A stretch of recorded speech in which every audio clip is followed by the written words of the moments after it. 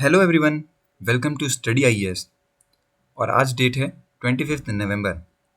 आज के दिन हम लोग 3 आर्टिकल डिस्कस करने वाले हैं। मैं आर्टिकल्स को खींचूंगा नहीं, शॉर्ट आर्टिकल हैं आज के, तो हम लोग वीडियो भी शॉर्ट रखेंगे। ज़रूरी नहीं कि मैं आपको एक के अंदर इतना कुछ ऐसे एक्स्ट्रा करते करते आप लोग का दिमाग और ख़राब कर दूँ। तो बहुत छोटे छोटे आर्टिकल्स हैं।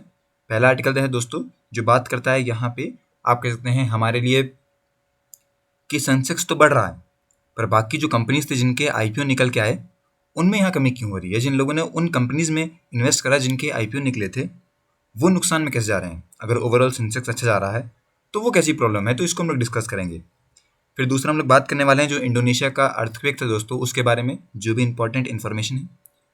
फिर एक आर्टिकल है दोस्तों, यहाँ पे पाकिस्तान के नए जनरल हैं जिनका नाम है लेफ्टिनेंट जनरल सैयद आसिम मुनियार। आपको इतना जानना है, बाकी पूरे आर्टिकल में दोस्तों हर जगह सिर्फ और सिर्फ उसके बारे में बताया। आगे अगर कोई ऐसा अपडेट आता है जहाँ पे हम लोग को देखने को मिल सकता है कि भारत में और जो नया चीफ है ये क्या है, मतलब क्या डिफरेंसेस लेके आ सकता है, तो वो भी हम डिस्कस करेंगे। क्योंकि अब तक जो मैंने पढ़ा मुझे तो ऐसा नहीं लगा कि यहाँ कोई बड़ा डिफरेंस आ सकता है। अप्रोच सबकी अलग होती है, सबका देखने का नजरिया अलग होता है, तो वो एक नॉर्मल चीज़ है, बट एज अ होल दोस्तों कोई बड़ा डिफरेंस नहीं है। चौथा जो आर्टिकल दोस्तों वो आता है, आप कह सकते हैं हमारे लिए, जो आप कह सकते हैं क्रुएल्टी है बेसिकली, जो आप कह सकते हैं ऐसे लोग जो अत्याचार करते हैं एनिमल्स पे, उनको लेके हमारे लिए नए लॉज आए हैं, उनके बारे में हम देखने वाले हैं। और जहाँ पे काफ़ी स्ट्रिक्ट लॉज हैं जिनको हमें समझना भी चाहिए। ओके, तो ये 3 आर्टिकल हैं जो कि हम डिस्कस करने वाले हैं। मजा आएगा आपको, और एट दी एंड दोस्तों बताइएगा कि कैसा लगा। अब स्टार्ट करते हैं। बता दूं कि अनअकैडमी पे 0% की EMI का फ़ायदा आप लोग उठा सकते हैं। 28 नवंबर से CSIT क्लासेस चालू हो जाएंगी, आप लोग अभी जाके एनरोल कीजिए।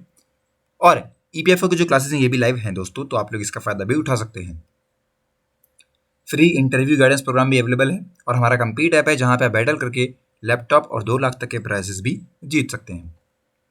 पहला आर्टिकल आता है दोस्तों इन्वेस्टमेंट लेसन से, क्योंकि क्रैश आया दोस्तों आईपीओ वगैरह में, पेटीएम वगैरह तो आप लोगों ने देखा ही होगा। जिन लोगों ने उनमें इन्वेस्ट किया उनका तो ज़्यादा दिक्कत आ गई।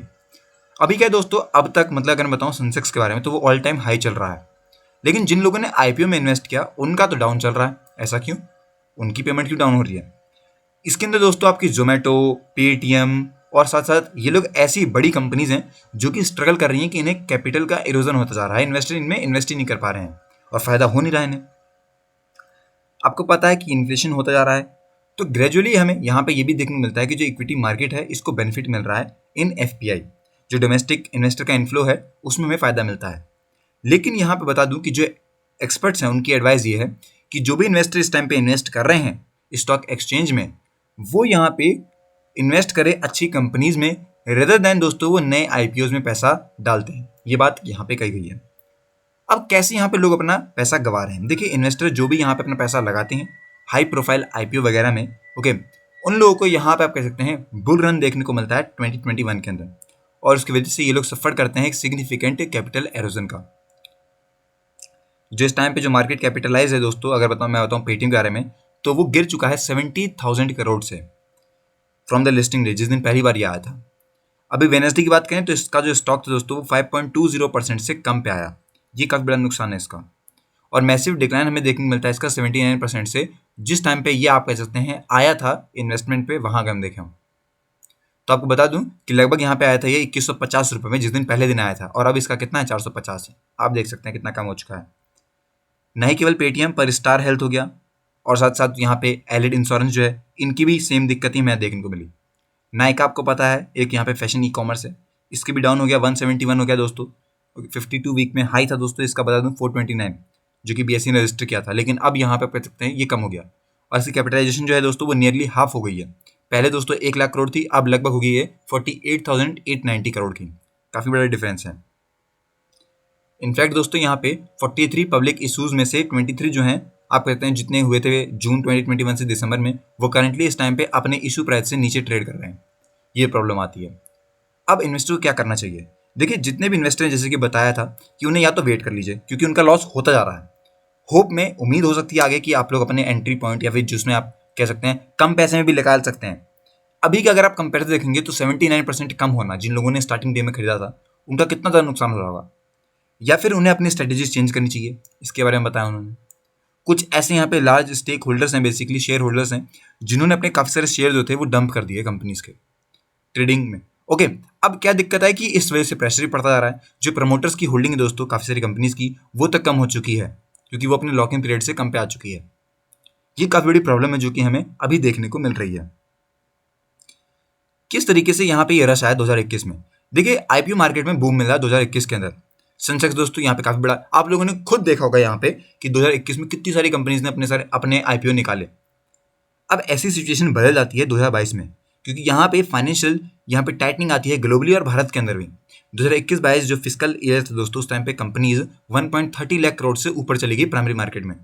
और जो पहले 7 मंथ थे 2020, 22 और 23 के, इस टाइम पे कंपनीज यहाँ पे रेज करती हैं मात्र 38,000 करोड़ का थ्रू आईपीओ। तो ये काफ़ी बड़ी बात है, कितना कम हो गया।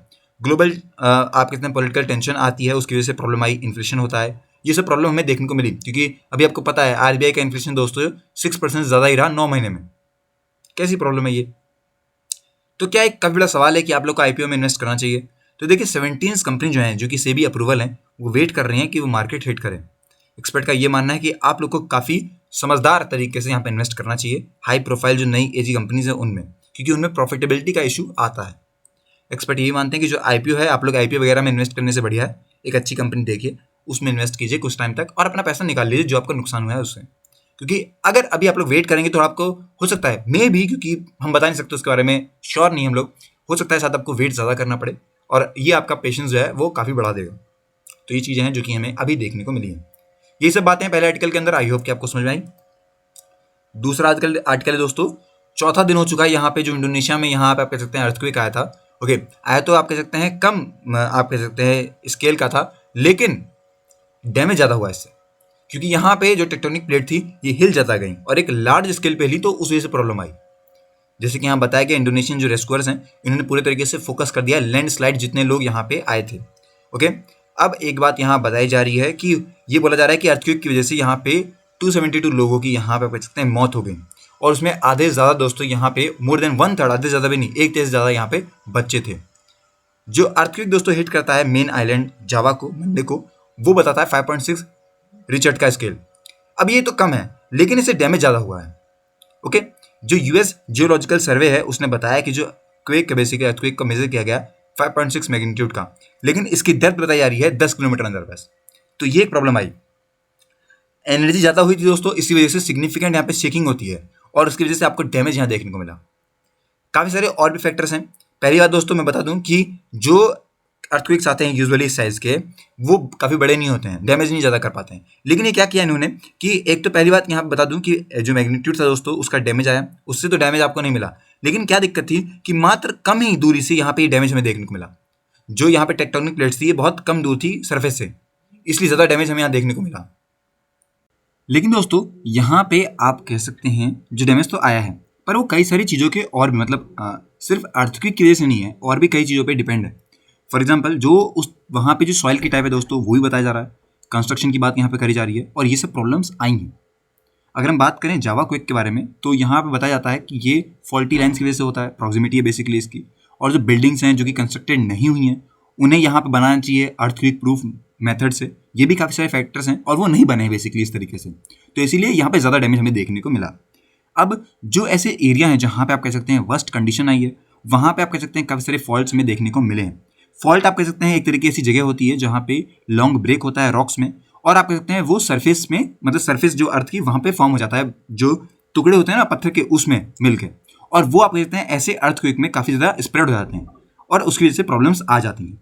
अब अर्थक्वेक जो इंडोनेशिया में दोस्तों मैं बता दूं कि इंडोनेशिया के अंदर मोर देन 270 मिलियन लोग रहते हैं, और फ्रिक्वेंटली दोस्तों ये लोग अर्थक्वेक में या फिर वॉल्केनिक इरप्शन हो गया, सुनामी वगैरह हो गया, इन सबसे प्रॉब्लम में आते ही आते हैं। और ये सब होता है क्योंकि वहाँ पे जो फॉल्टी लाइन्स हैं वहाँ पे पैसिफिक बेसिन जो है, और इन्होंने उस चीज़ को दिया है रिंग ऑफ फायर का नाम। ये जो पूरा स्पैन है दोस्तों एरिया का वो 40,000 किलोमीटर का है, और इसके अंदर मेजॉरिटी जो है दोस्तों वो ऐसी जगह है जहाँ पे अब तक के दुनिया के सबसे ज़्यादा अर्थक्वेक्स हुए हैं। तो आप मान सकते हैं कि अर्थक्वेक जो है वो इंडोनेशिया में बहुत बड़ी प्रॉब्लम आती है, और डेथ जो है दोस्तों डेथ वगैरह ये हमें देखने को मिलती ही मिलती है। अब दोस्तों हमारा आज का लास्ट और बहुत इंपॉर्टेंट आर्टिकल, आप लोग को पता है कि इस टाइम पे मैं तो बता दूं दोस्तों, अगर मैं सिर्फ इस हफ्ते की बात करूं तो इतने सारे केस सुन लिए हैं जहां पे अत्याचार किया जा रहा है, जो यहाँ पे आप कह सकते हैं एनिमल्स हैं उन पे। अब सेंटर ने एक यहाँ पे नया prevention of cruelty to animals act 1970 को अमेंड किया है, और इसके अंदर 61 अमेंडमेंट इंट्रोड्यूस किए हैं, जिसके अंदर दोस्तों इंक्लूड है 3 साल की जेल। अगर किसी इंसान ने यहाँ पे काफ़ी ज़्यादा क्रुएल्टी करी है किसी एनिमल पे तो यहाँ पे 3 साल की जेल हो सकती है। जो ड्राफ्ट है दोस्तों prevention of cruelty to animals amendment bill 2022 को, इसको प्रिपेयर किया गया by the ministry of fisheries animal husbandry और आप कहते हैं डायरिंग के द्वारा, और इसे पब्लिश कर दिया गया फॉर दी पब्लिक कमेंट से। 7 दिसंबर तक ओपन है, आप लोग अपने यहाँ पे जो कमेंट्स है ये भेज सकते हैं। बेसिकली कुछ चेंजेस यहाँ पे करे गए हैं। जो लॉ है दोस्तों प्रपोज किया गया क्योंकि यहाँ पे काफ़ी बड़ी पनिशमेंट देनी चाहिए इस टाइम पे। आप कह सकते हैं जो ऑफेंस हैं उनको यहाँ पे आप कह सकते हैं रखना चाहिए। और मैं एक और बात बता दूं कि यहाँ पे जो ऑफेंडर्स हैं उन्हें अरेस्ट करना चाहिए विदाउट अ वारंट। बेसिकली ये चीज़ें इसके अंदर करी गई।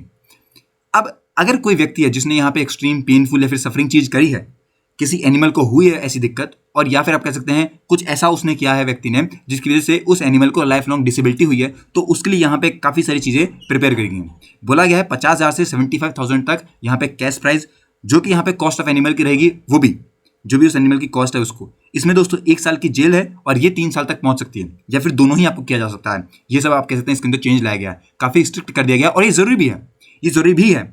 इसके अंदर दोस्तों यहाँ पे बताया गया कि अगर कोई एनिमल मार दिया जाता है तो वहाँ पे 5 साल तक की आपको जेल मिल सकती है। आर्ग्यूमेंट दोस्तों अगर मैं बताऊं इसको, तो सितंबर में जो डॉक्टर है राजस्थान जोधपुर के, उन्होंने यहाँ पे मैं बताता हूँ बेसिकली उन्होंने क्या किया था। उन्होंने अपने मतलब एक कुत्ते को अपनी कार से बांध दिया और पूरे आप कितने सिटी में उसको दौड़ाया बांध के। अब आप देख सकते हैं कितनी बुरी यहाँ पे कंडीशन किसी कुत्ते कर देनी, वो कितना खराब है। कोई इंसान होता तो लोग तुरंत उस पर फैसला लेते, तुरंत उसके बारे में काम करते इस टाइम पे, लेकिन यहाँ पे ऐसी चीज़ें नहीं हुई और इस वजह से वो कुत्ता फ्रैक्चर में आता है, काफ़ी सारी उसे दिक्कतें आई हैं। वो भी लिविंग ऑर्गेनिज्म है, बोल नहीं सकता, तो क्या हम सुनेंगे नहीं उसकी। करंटली दोस्तों यहाँ पे काफ़ी सारी चार्जेस हैं जो कि आते हैं अंडर सेक्शन 428, जिसके अंदर आता है मिसचीफ बाय द किलिंग और मेंटेनिंग मैमिंग एनिमल्स आईपीसी के द्वारा, और सेक्शन 11 बात करता है दोस्तों ऑफ द पीसीए एक्ट, उसके अंदर भी दोस्तों ये चीज़ें आती हैं। पर यहाँ पे कुछ चीज़ें आई नहीं, इसके अंदर 10 से 50 रुपये का फाइन है।